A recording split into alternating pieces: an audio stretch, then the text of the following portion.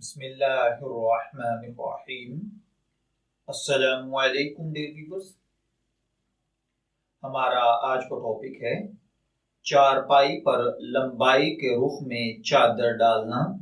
کیا یہ نحوست ہے؟ اس سے رزق میں کمی آتی ہے اور بیماری بڑھتی ہے؟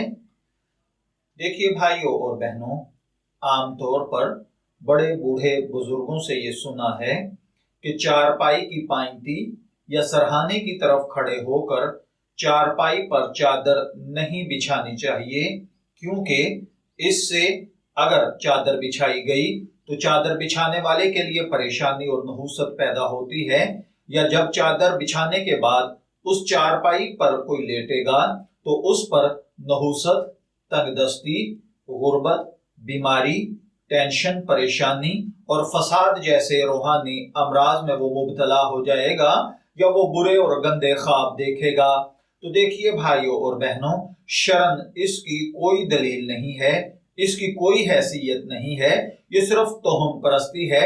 اسلام اس حوالے سے قرآن پاک کی کسی آیت میں یا اللہ کے محبوب نبی اکرم صلی اللہ علیہ وآلہ وسلم کی کسی حدیث مبارکہ سے ایسی کوئی بات نہیں ملتی ہے۔ میں دعا گو ہوں کہ اللہ تعالی ہمیں ان باتوں کو سمجھ کر ان کے مطابق عمل کرنے کی توفیق عطا فرمائے۔ شبیر احمد کو اجازت دیجیے، پھر حاضر ہوں گے کسی نئے ٹاپک کے ساتھ۔ تب تک کے لیے اللہ حافظ۔